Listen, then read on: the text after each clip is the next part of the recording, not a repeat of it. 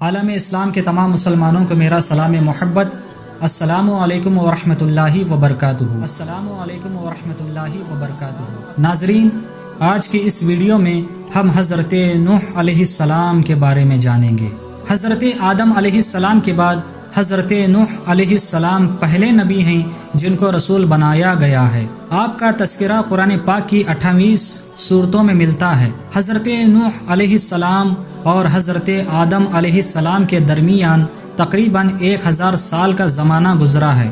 1000 سال کا زمانہ گزرا ہے۔ اللہ نے حضرت نوح علیہ السلام کو نبی اور رسول بنا کر دنیا میں اس لیے بھیجا تاکہ قوم کو یہ بتائیں کہ اللہ ایک ہے اور صرف اسی کی عبادت کرنا ہے، لیکن قوم نے ان کی بات نہ مانی اور بت پرستی برابر کرتے رہے، بلکہ قوم کے سرداروں بڑے لوگوں نے حضرت نوح علیہ السلام کو شہر سے چلے جانے کے لیے کہا۔ آخرکار حضرت نوح علیہ السلام نے اللہ سے فریاد کی کہ میری قوم نے میری بات نہیں مانی اور مجھے جھٹلا دیا ہے۔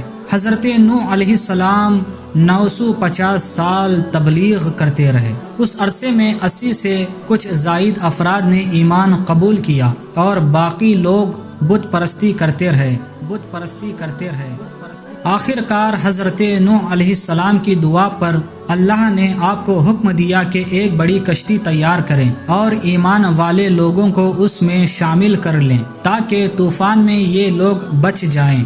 آپ نے مختصر ساتھیوں کے ساتھ جنگل سے لکڑیاں کاٹ کر لاتے اور رات دن کشتی بنانے میں مشغول رہتے۔ یہ کشتی ایک پہاڑ کے مانند تھی جس کی لمبائی 300 گز اور اونچائی 30 گز تھی۔ اللہ کے حکم کے مطابق حضرت نوح علیہ السلام اور ان کے ساتھی اور جانوروں کا ایک ایک جوڑا کشتی میں سوار ہو گیا۔ چنانچہ مقررہ وقت پر اللہ کے حکم سے عذاب شروع ہوا تو زمین سے پانی ابل پڑا اور آسمان سے بھی پانی برسنے لگا۔